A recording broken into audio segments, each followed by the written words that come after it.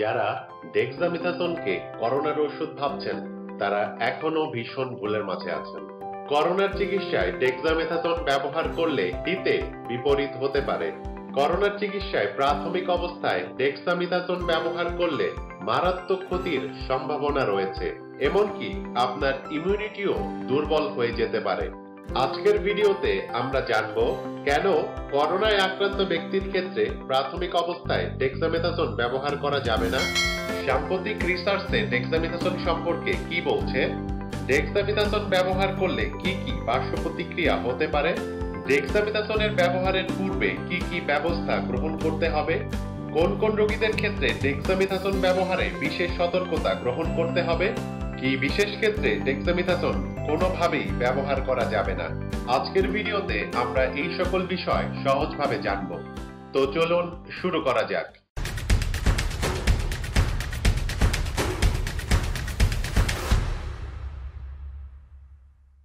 মূল ভিডিওতে যাবার আগে একটি বিষয় পরিষ্কারভাবে বুঝতে হবে। যখন কোনো ব্যক্তি কোনো ব্যাকটেরিয়া অথবা ভাইরাস দিয়ে আক্রান্ত হন, তখন আমাদের শরীরের প্রতিরক্ষা ব্যবস্থা সক্রিয় হয়ে ওঠে, যা আমাদের কাছে ইমিউনিটি নামে পরিচিত। ঠিক একইভাবে যখন কেউ করোনা ভাইরাসে আক্রান্ত হন, তখন তার শরীরে ইমিউনিটি সক্রিয় হয়ে ওঠে। এই ইমিউনিটি তখন ভাইরাসের বিরুদ্ধে যুদ্ধ করে আমাদেরকে সুস্থ করে তোলে। এটি একটি স্বাভাবিক প্রক্রিয়া। এবার আসি ডেক্সামিথাসোনে।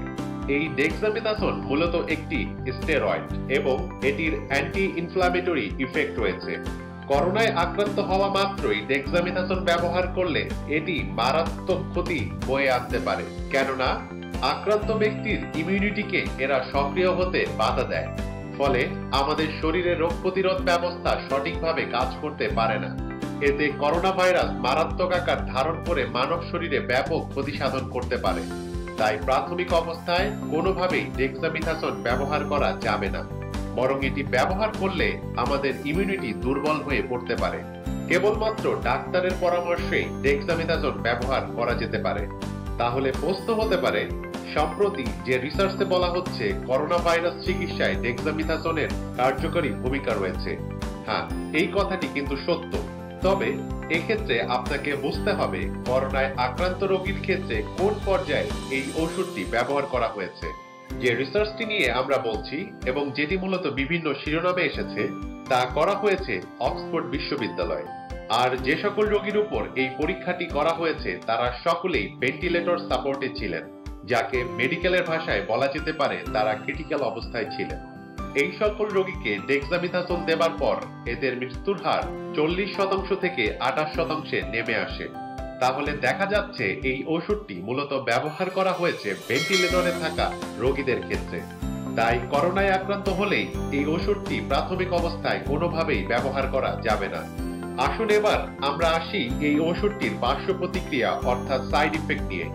আমার মতো হয়তো আপনিও অবাক হবেন ডেক্সামিথাসোনের সাইড ইফেক্ট নিয়ে।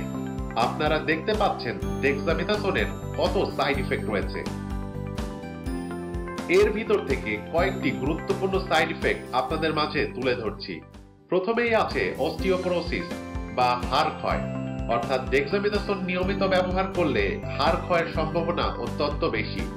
এছাড়া রয়েছে ওজন বৃদ্ধি, শরীরে পানি জমে যাওয়া এবং সেক্স হরমোন প্রোডাকশন কমে যাওয়া ইত্যাদি।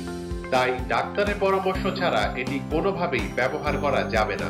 এছাড়া যারা উচ্চ রক্তচাপ তথা হাইপারটেনশন, ডায়াবেটিক্স ও কিডনির জটিলতায় ভুগছেন, তাদের ক্ষেত্রে বিশেষ সতর্কতা গ্রহণ করতে হবে। শুধু তাই নয়, ডেক্সামিথাসোন ব্যবহারের ক্ষেত্রে হাইপার সেন্সিটিভিটি তথা অতি সংবেদনশীলতা থাকলে কোনোভাবেই এটি ব্যবহার করা যাবে না। সত্যি বলতে চিকিৎসকরা দীর্ঘ সময় ধরে তাদের অভিজ্ঞতা দিয়ে ক্ষেত্র বিশেষে স্টেরয়েড তথা ডেক্সামিথাসোন ব্যবহার করে থাকেন। তাই কোনোভাবেই নিজে থেকে ডেক্সামিথাসোন ব্যবহার করা যাবে না, বরং ব্যবহার করলে এটি মারাত্মক ক্ষতি বয়ে আনতে পারে। ডেক্সামিথাসোন নিয়ে যদি আপনার আরো কিছু জানার থাকে তবে কমেন্টস করুন। আর ভিডিওটি ভালো লাগলে লাইক করুন আর অন্যদের জানার সুযোগ করে দিন। শেয়ার করুন ফ্যামিলি এবং ফ্রেন্ডসদের সাথে। আর স্বাস্থ্য বিষয়ক সকল গুরুত্বপূর্ণ তথ্য জানতে আমাদের এই চ্যানেলটি আজই সাবস্ক্রাইব করুন আর পাশে থাকা বেল আইকনটি বাজিয়ে দিন। যেন নতুন কোনো ভিডিও আপলোড হলে সাথে সাথেই জানতে পারেন। সাবধানে থাকুন, নিরাপদে থাকুন।